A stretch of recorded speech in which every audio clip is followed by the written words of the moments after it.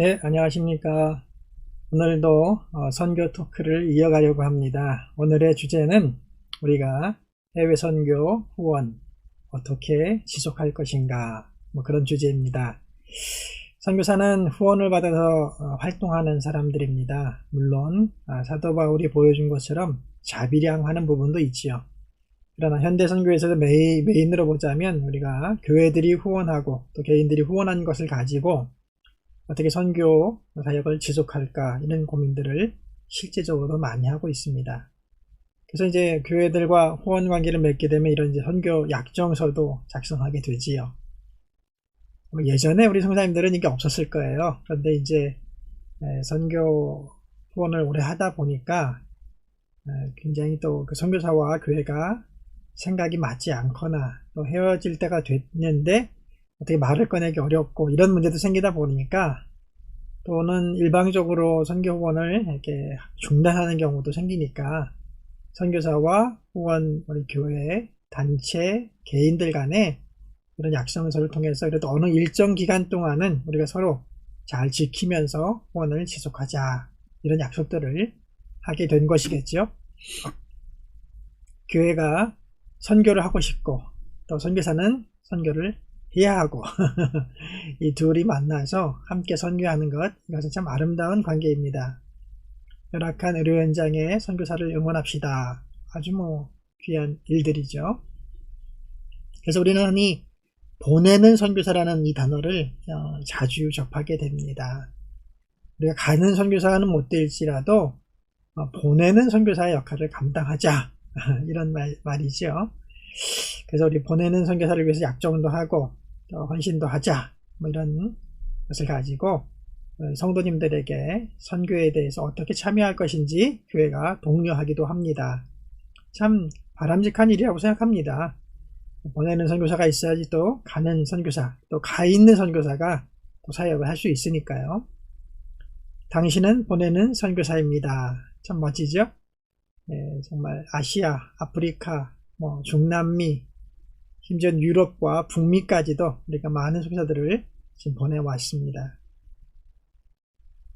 보내는 선교사. 네, 여러분들 그거 아세요?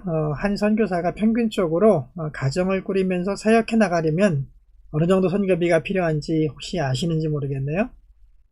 예전부터 내려온 일반적인 기준은 한 1,500불에서 1,800불을 얘기합니다. 나라가 다르고 나라마다 형편이 다르고 가족 숫자가 다른데도 불구하고 우리는 이제 넉넉한 나라가 아니었기 때문에 그냥 그 정도 범위에서 4인 가족이든 2인 가족이든 독신자든 또 자녀가 2명이든 3명이든 4명이든 하여튼 버텨내셔야 합니다. 이러면서 이제 우리가 최소한의 그런 기준들을 가지고 있습니다. 지금은 좀 더 이제 세밀화되어서 지역적인 구분도 약간 단계가 있고 또 가족 숫자나 여러 가지 형편을 봐서 한 1,800불에서 한 2,500불 사이에 선교비들을 책정하기도 합니다. 외국인이 해외에서 산다는 것이 참 돈이 많이 드는 일입니다. 여러분들은 전혀 지출하지 않는 것도 선교사들은 지출하는 경우가 많아요. 일례로 자녀 교육비, 여러분 지출 잘 안 하시죠? 과외비는 몰라도, 학원비는 몰라도 선교사들은 외국 사람이니까 그 나라 혜택을 받을 수가 없습니다. 그래서 자녀 교육비가 많이 들지요. 선교사는 체류를 위해서도 비자비를 냅니다. 여러분들은 대한민국이나 또는 사시고 계신 나라에 체류하기 위해서 비용을 내지는 않잖아요. 선교사님들은 그걸 내게 되고요. 세 번째로 의료비가 엄청 높습니다, 여러분. 우리나라 대한민국은 의료보장 제도가, 국민 의료보험이 너무 잘 된 나라인데 정말 그렇지 않은 나라가 너무 많고요. 한번 병원에 잘못 갔다 오면 청구서가 어마어마한 경우가 많습니다. 저희 태국 국민들은 의료보험이 잘 돼 있습니다. 물론 열악한 가운데 치료를 받긴 하지만 거의 돈 많이 안 들고도 치료받을 길들이 있습니다. 그런데 우리 선교사님들이 일반 병원을 가면요, 외국인이니까 돈부터 확인합니다. 돈이 없으면 입원이나 수술을 거부당합니다. 먼저 예치하고 수술 받아라, 먼저 예치하고 입원해라, 이렇게 나옵니다. 그만큼 외국인들은 보호받지 못하는 그런 삶을 살기 때문에 선교사님들이 아무리 후진국에 가 있어도, 아무리 저개발 국가에 가 있어도 들어가는 비용은 상당히 높습니다. 나가든지 보내든지 하라. 네, 아주 멋있는 표어입니다. 여러분들 그런 의미에서 저희들을 지금까지 20몇 년 동안 많이 후원해 주시고 격려해 주시고 필요를 채워 주신 것 너무나 감사합니다. 몽골 단기 선교 후원 모금함. 그렇지. 저는 이제 단기 선교 나갈 때도 우리가 선교 헌금을 모금하기도 하지요. 2020년 선교 후원 약정. 참 멋진 교회죠. 2020년과 2021년 코로나로 지금 뭐 엉망진창이 되고 교회 형편들도 다운되고 교회 재정도 뭐 20-30%씩 줄고 이 어려운 가운데도 우리 선교사 후원은 멈출 수 없다 해서 이렇게 또 하시는 교회들이 있더라고요. 정말 눈물나게 참 고마운 교회들이다 그런 생각을 갖습니다. 그래도 내 편이 하나 있구나 이런 마음이죠. 네. 캄보디아 선교 후원 음악회, 음악회를 가지고도 이렇게 후원 모금을 하기도 하고요. 보내는 선교사, 헌금만 하지 말고 보내는 선교사가 되라. 그러니까 더 그 헌금 외에도 또 많은 역할들이 우리 보내는 선교사들에게 있다는 것을 얘기하는 것이겠죠. 선교사의 생명을 위한 보험, 당신이 보태면 할 수 있습니다. 그러니까 선교사님들이 보험이 없는 경우가 많아요. 또 조금밖에 없는 선교 후원비를 또 보험, 해외 체류 보험비, 뭐 여행자 보험비 이런 걸로 떼려면 참 정말 빡빡한 그런 삶을 살아야 되거든요. 그래서 어느 교단에서는 이렇게 선교사님들의 생명을 보호할 수 있는 보험을 들어드리자 뭐 이런 운동을 하는 것도 있습니다. 해외 선교 우리 교회가 돕는 곳들 해가지고 이런 게시판들 보신 적 계시죠?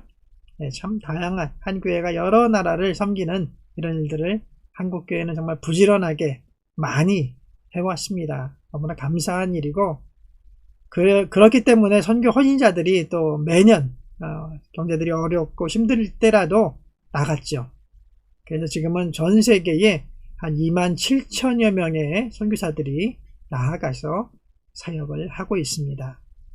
다양하죠. 나라들도 다양하고 또 후원하는 분들도 다양하고. 네. 지금 2018년까지는 뭐 27,000명 이렇게 나와 있습니다. 그런데 이제 코로나로 그 중에 한 30%가 지금 한국으로 돌아갔습니다. 거주할 수가 없는 거죠. 비자도 만료되고 코로나의 위험도 있고 여러 가지 재정의 뭐 중단도 벌어지고 그러다 보니까 선교사들의 약 30%, 27,000명의 30%는 얼마가? 뭐 쉽게 하면 3, 3은 9, 그렇죠. 9,000명은 아닐지라도 한 6, 7,000명 정도의 선교사가 지금 한국에서 체류하고 있습니다. 잠시 한 달이면 될 줄 알았는데 그 기간이 벌써 1년이 넘어간 분들이 많이 계세요. 그래서 나 다시 선교사로 어떻게 나갈 수 있을까? 어떻게 사역해야 되지? 그리고 해당 국가에서는 외국에서 오는 사람을 안 받기 때문에 차단하고 있기 때문에 갈 수도 없어요. 그래서 우리는 지금 어떻게 해야 되나? 나라를 바꿔야 되나? 어떤 다른 방법을 찾아야 하는가? 그러면서 또 벌어지는 게 뭐냐면요.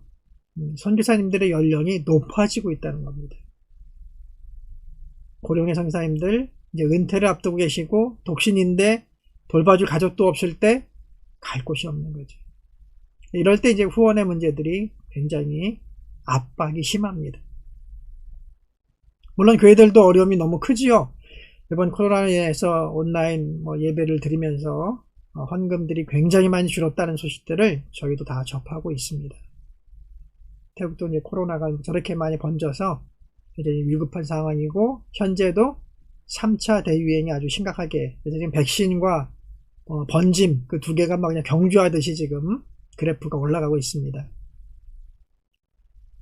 이런 어려운 선교사들의 모금 부분을 도와주려고 미션 펀드라든지 G미션이라든지 이런 단체들이 또 생겨졌습니다. 그래서 이분들은 전문적으로 펀드레이징, 그러니까 모금하는 것들을 도와주는 거예요. 그래서 어떤 분들은 또 이런 단체에 가입하셔서 도움을 받아서 모금을 좀 더 쉽게 이전보다는 좀 더 효율적으로 사역비들을 모금해서 활동하시는 분들도 있지만 아직은 소수인 것 같습니다. 네, 여러 단체들이 활동을 또 해주는 것들은 또 감사한 그런 일들입니다.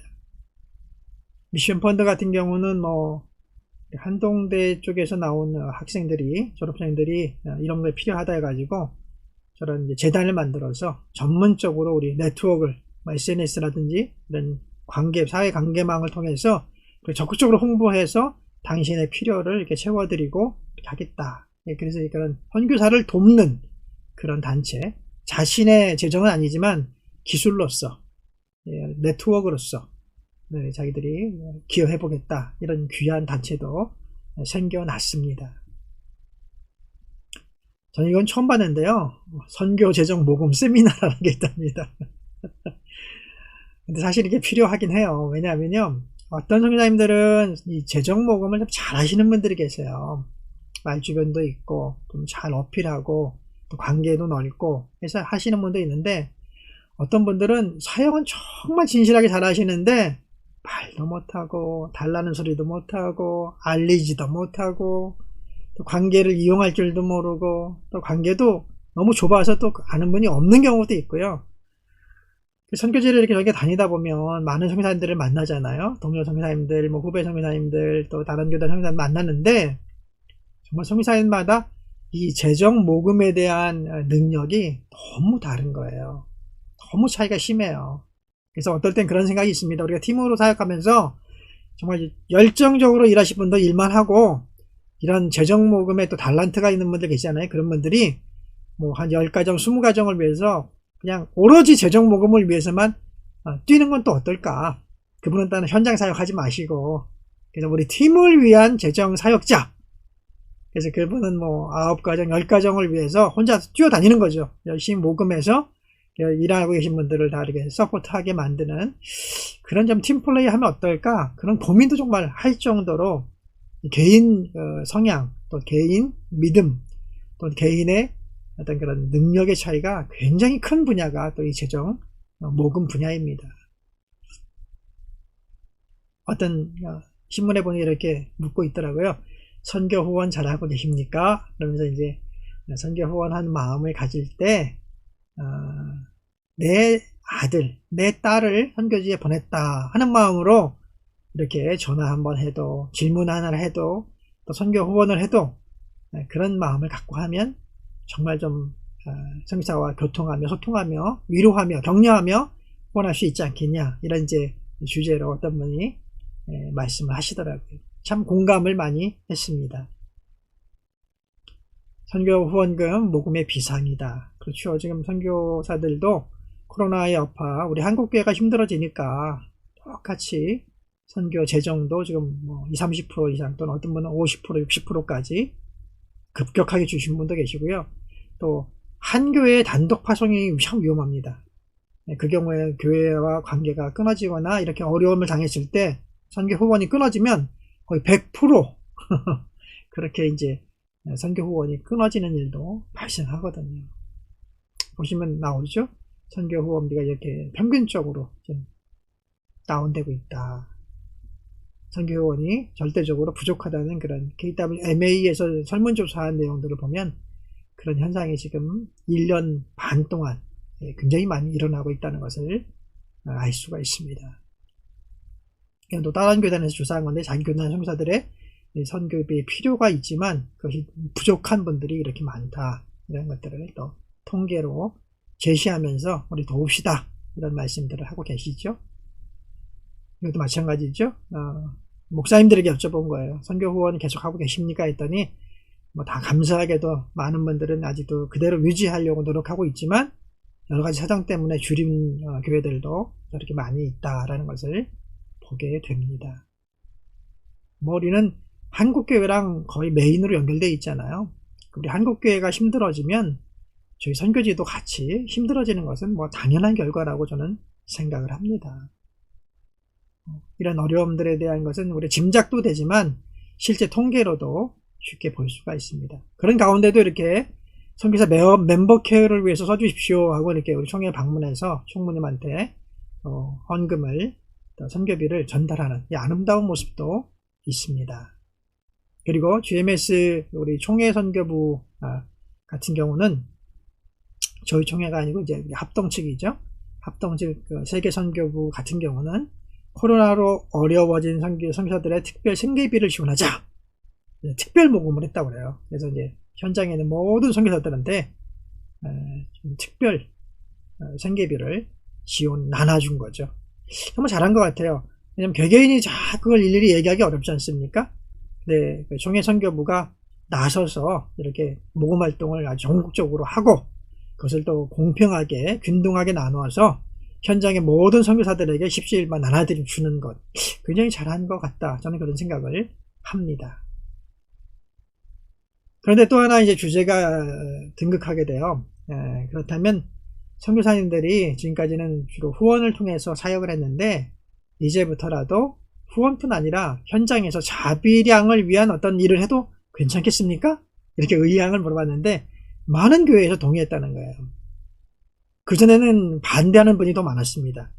자비량은 무슨 자비량이냐. 무조건 우리 후원 받아서 열심히 사역해라. 이런 게 많았는데 이제 한국교회도 어려워지고 이런 코로나라는 급변도 겪어보고 나니까 우리가 언제까지 저분을 책임질 수 있는 게 아니구나.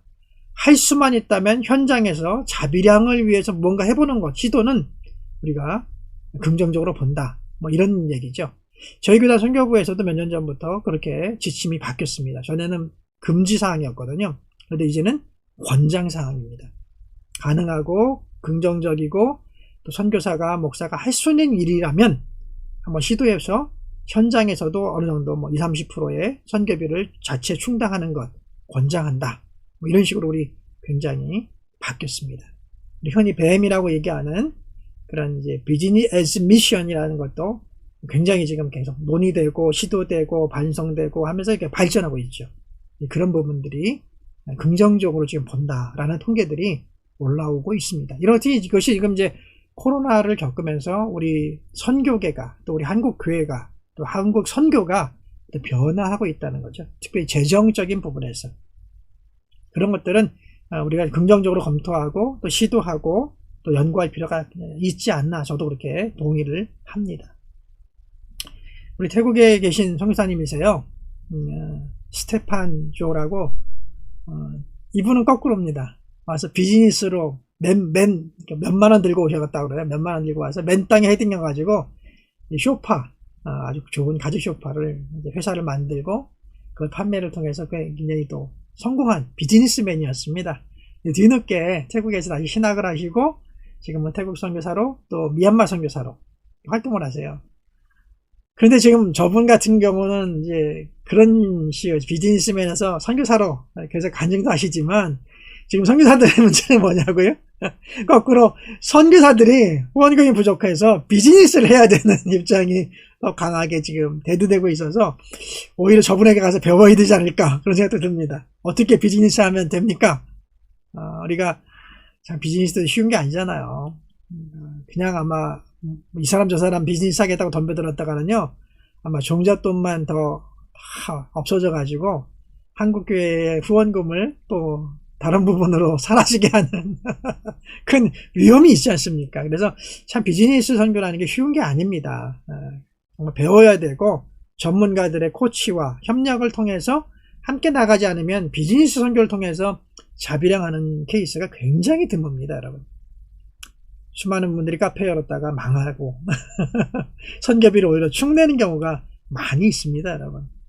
정말 공산주의 국가나 또 사회주의 국가, 무슬림 사회 이렇게 자기 신분을 숨기기 위해서 비즈니스 하는 경우엔 손해보더라도 유지해야 되지만 태국같이 자유국가에서는 사실 그 비즈니스 선교라는 게 선교비 마련이라는 그런 큰 목적이 있는데 이문이 안 남는다면 그건 정말 좀 어려운 선교가 될 수도 있다 그런 생각을 합니다. 돈 참 중요하죠.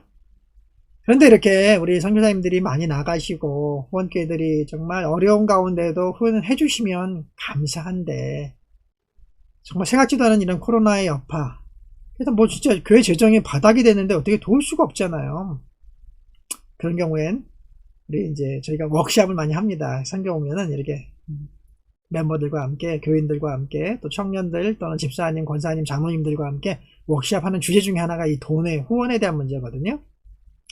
근데 여러분 교회에 지금 갑자기 코로나로 재정이 막 30-40% 다운이 됐습니다. 그래서 모든 부서가 예외 없이 재정을 지금 감축하게 됩니다.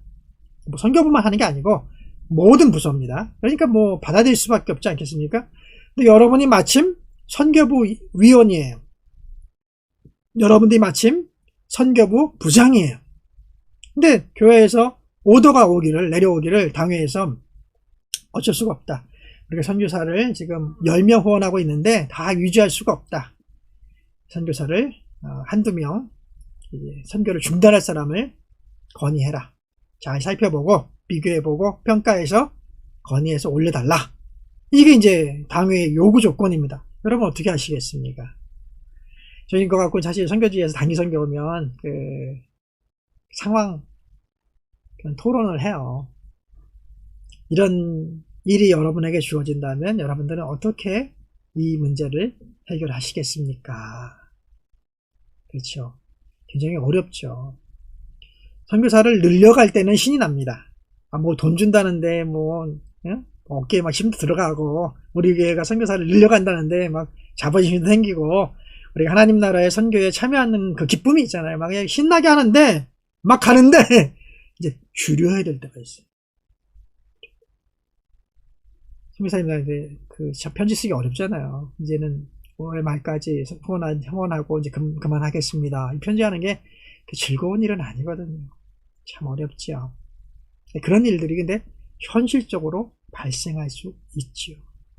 여러분이라면 여러분들의 선교부 위원들과 함께 어떻게 회의를 해서 그분을 선택하겠습니다. 자, 우리 교회가 선택하는 세 분의 비슷한 선교지 경험을 가지고 계신 세 분의 선교사님이 계십니다. 뭐 지역도 다 아시아 비슷한 데 가 계시는데 한 분은 우리 교회 청년부 출신이에요. 또는 우리 교회 집사님 출신이에요. 두 번째 분은 전에 우리 교회에 섬겼던 목회자예요. 잠시 한 1, 2년. 세 번째 분은 어떤 장로님이 추천하신 분이에요. 장로님 개인적으로 사업하고 그러다 아셔가지고 이분 좋은 분이다 돕자 해가지고 추천했던 분입니다. 한국교회는 후원하는 선교사님이 이런 분들 많잖아요. 또는 뭐 한 분 더 있다면 한 분은 뭐냐면 우리가 잘 모르지만 그냥 뭐 총회나 한 분 추천해달라고 했더니 그 총회 선교부에서 그냥 추천했던 분이에요. 우리는 전혀 이분과 관계도 없고 잘 모르는 분이에요. 그렇지만 총회 선교부가 추천해줘서 우리가 후원하는 분이에요. 이런 네 종류의 분이 우리 선교사가 계시다면 여러분 이 중에 어느 분의 후원을 끊으시겠습니까? 중단하시겠습니까? 굉장히 현실적인 얘기죠. 우리 교회 출신 그분을 끊었다가 또 그분의 가족들이 우리 교회에 나올 수도 있는데 그렇죠? 부모님이나 이런 분들이 아직도 계시고 형제자매들이 있을 수도 있는데 얼마나 상처가 크겠어요. 두 번째, 우리 전에 함께 섬겼던 우리 교회 부목사님이었던 분 좀 민망하죠. 세 번째, 어느 장로님이 강력히 추천해가지고 되신 분. 장로님이 또 실망해가지고 나 이제부터 헌금 안 해! 이러면 어떡할 거예요. 네 번째, 총회 선교부가 그냥 생판 모르는 분이었지만 추천하신 분. 이분이 가장 유력한가요? 관계를 끊고 나도 어떤 문제가 발생하지 않기 때문에 참 어렵습니다. 또 어떤 교회는 그렇게 관계 위주로 하지 않고 이렇게 얘기하죠. 그러면 이분들이 우리 교회에 그동안 보내온 선교 편지나 이런 보고서를 한번 모아봅시다. 그동안 보고가 너무 뜸했던 분들, 너무 우리에 대해서 우리는 지원했지만 그쪽에서 우리에게 너무 아무것도 보고하지 않고 그냥 아무런 소식이 없는 분, 가장 열심히 우리랑 소통하려고 노력했던 분을 점수를 많이 주고 가장 보고도 안 하고 그냥 뭔 일을 하는지 우리 모르는 분, 그분을 선택합시다. 이렇게 또 사역의 어떤 소통 또는 일의 양 이런 것들을 평가해서 결정하는 또 합리성을 가진 교회도 있을 수 있겠죠. 여러분이라면 어떻게 하시겠습니까? 워크숍을요, 1시간, 2시간 주면요, 열띤 토론을 합니다. 여러분. 온갖 얘기들이 오가고요. 굉장히 다양한 얘기가 들어옵니다. 그런데 정말 지혜로운 팀들이 있었어요, 여러분. 정말 지혜로운 팀들이 있었습니다. 그런 팀들은 뭐라고 저에게 건의했냐면 이렇습니다. 저희는 선교사님을 자르지 않기로 결정했습니다. 저희는 어떤 선교사님도 중단하지 않기로 결정했습니다. 당회가 그렇게 해달라고 했는데 그랬더니 뭐라는지 아세요? 대신에 모든 선교사님들의 후원비를 일률적으로 20%, 30%를 삭감하기로 했습니다. 그리고 관계를 끊지 않기로 결정했습니다.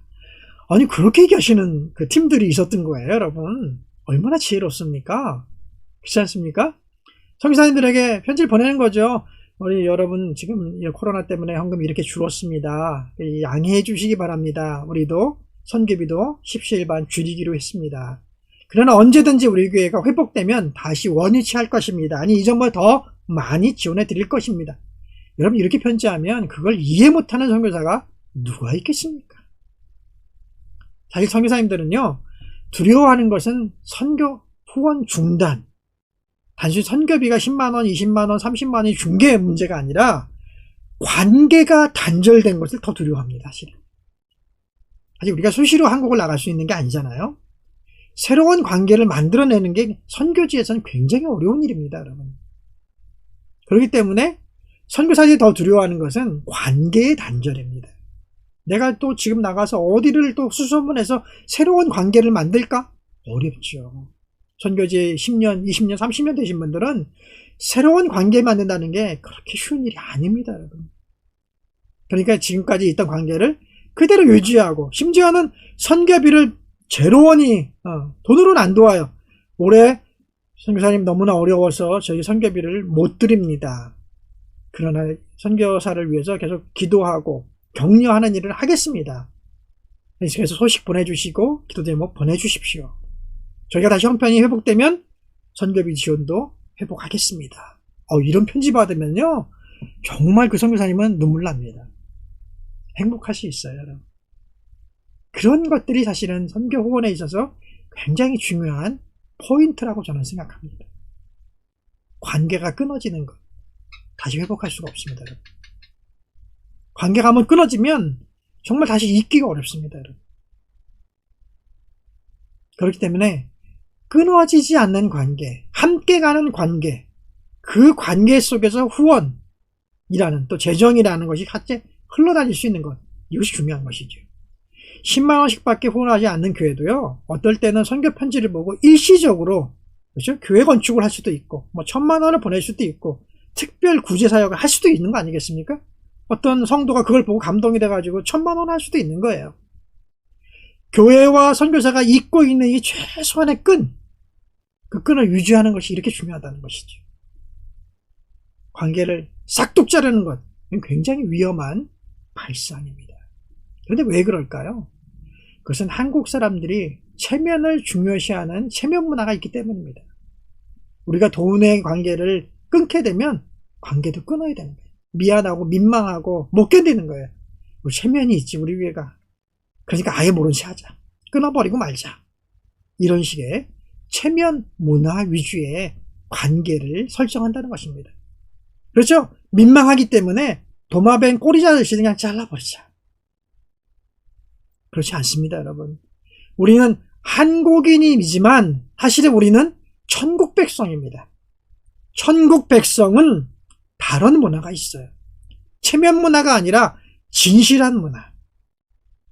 서로 미안합니다. 죄송합니다. 그렇지만 이렇게 조정하려고 합니다. 우리 양해해 주시고 기다려 주십시오. 그러나 우리의 관계는 이제 시작됐기 때문에 끊어지지 않습니다. 언젠가 우리가 다시 회복되면 또 그 관계뿐 아니라 그 관계 하에서 재정도 회복될 것입니다. 이런 메시지를 줄 수 있는 교회와 선교사, 후원자와 선교사, 얼마나 멋집니까? 저는 그래서 때때로 젊은 친구들이 또는 집사님들이, 장로님이 좀 한 달에 막 몇십만 원씩, 50만 원씩 막 이렇게 후원하려고 하시면요, 말립니다. 정말 그렇게 하지 마시오. 청년들이 막 10만 원씩 하면 제가 웬만하면 말립니다. 하지 마십시오. 왜? 관계가 끊어질까 두렵기 때문입니다. 그 돈이 부담되는 순간, 내가 50만 원, 그때는 부담이 없었는데 몇 년 뒤에 어떤 일이 벌어질지 모르잖아요. 사업이 어려울 수도 있고, 내가 갑자기 아플 수도 있고, 그치? 우리 가족이 사고가 날 수도 있고, 그럴 때 그게 부담스럽게 느껴지면요, 관계가 끊어져 버려요. 너무나 안타까운 일이죠. 그래서 저는 관계가 우선하기 때문에 절대 후원금을 많이 하는 것을 권장하지 않습니다. 오히려 저는 그렇게 얘기합니다. 10,000원을 하세요. 10,000원을 자동이체하세요. 10,000원이 어려우시면요 5,000원도 되고요 3,000원도 됩니다. 자동이체하세요. 그래서 우리의 관계가 평생도록 선교를 통해서 이어지는 관계를 만드는 것이 중요합니다. 저는 그렇게 권합니다. 실제로 우리 청년들, 아르바이트 하는 청년들 중에는요 제 이 말을 듣고 뭐 1,000원, 2,000원, 3,000원을 자동이체하는 분들이 있어요. 근데 그 친구가 언제까지 청년이겠습니까? 언제까지 아르바이트 하겠습니까? 아닙니다, 여러분. 본인의 성장, 본인의 재정 수입의 성장, 본인의 삶의 성장에 따라서 함께 참여하는 거예요. 또 그러다가 나이가 많이 들고 은퇴하시면 또 줄여나가는 거죠. 생애 주기에 맞게 후원하시면 되는 겁니다. 재정에 여유가 생기면 많이 하고, 줄어들면 같이 줄고, 탄력적으로 운영할 수 있는 재정의 후원의 원칙을 갖는다면 그건 베스트죠. 1번은 뭐라고요? 관계형 철교성입니다. 내 관계를 선교사님과 커넥트 해가지고 내가 지금부터는 내 삶의 일부를 선교지로 흘려보낼 것이다. 이 관계가 보내는 선교사의 1번이라는 거죠. 그리고 그 액수와 그쵸? 강도는 내 삶의 생애 주기에 따라서 높아졌다가 다시 낮아졌다가 생애 주기에 따라서 얼마든지 조정 가능하다. 그런 유연한 재정의 후원의 원칙을 갖고 있는 그런 후원자들은요 오래 갈 수 있지. 그러면서 계속적으로 선교를 관심 가질 수 있고 하나님의 선교에 함께 참여할 수 있고 얼마나 멋지겠습니까, 여러분? 체면 문화를 넘어설 수 있는 그러한 우리 선교 후원, 저는 그것이 선교의 업그레이드에 있어서 중요한 일이라고 생각을 합니다. 우선순위라는 게 있지 않습니까? 삶의 우선순위. 그 중에 여러분이 선교에 연결됐다는 것은 선교가 여러분의 우선순위 중에 들어갔다는 거 아니겠습니까? 그 우선순위를 지켜가십시오. 관계를 지켜가십시오. 모든 것들 사랑의 끈으로 묶으라고 했지 않습니까? 사랑의 끈으로 묶어놓으십시오. 그리고 뭐 재정은 그 중에 한 부분이거든요. 있으면 할 수 있고 없으면 줄일 수 있고 그것은 전혀 문제되지 않는다는 것을 말씀을 드립니다. 선교사들은 그런 편지 좋아합니다. 어려워서 잠깐 중단합니다. 그러나 기도 계속합니다. 계속적으로 연락 주시고 함께 합시다. 그리고 우리 형편이 좋아지면 언제든지 또 함께 재정적으로도 돕겠습니다. 환영합니다, 여러분. 정말 이건 뭐 비즈니스적인 마인드에서 쓴 책이겠지만 저는 저 제목이 마음에 들었어요. 관계 우선의 법칙. 관계 우선의 법칙으로 우리의 후원을 딱 개념을 잡는다면 여러분들과 선교사님들 간의 관계는 평생의 관계가 될 수 있고 그 관계는 대물림할 수 있어요. 유산으로. 우리 자녀가 그 부모님을 이어서 그 선교사님을 함께 할 수도 있죠.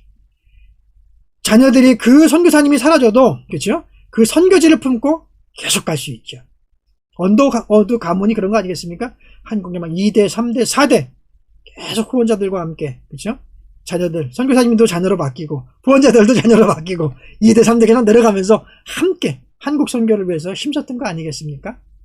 이렇게 대물림될 수 있는 유산 같은, 믿음의 유산 같은 선교, 이런 것들을 우리가 만들어갈 수 있다면 정말 이것은 행복하고 멋진 일들이 아닐까. 오늘 그렇게 선교 후원의 문제에 있어서 살펴봤습니다. 선교 후원 어떻게 하고 계세요? 네, 잘하고 계시죠? 감사합니다. 저희들 함께 새로운 도전도 할 것이고 또 여러분들의 관계도 계속 깊게 만들면서 오랫동안 우리 선교 같이 하는 그런 귀한 관계. 그래서 이 선교의 상급을 여러분과 저희 선교사들이 함께 하나님께로부터 타는 그런 놀라운 일들이 있기를 정말 바라고 원하겠습니다. 오늘 선교 토크 주제, 선교 후원 어떻게 하면 좋을까요? 네, 함께 생각해 봤습니다. 감사합니다.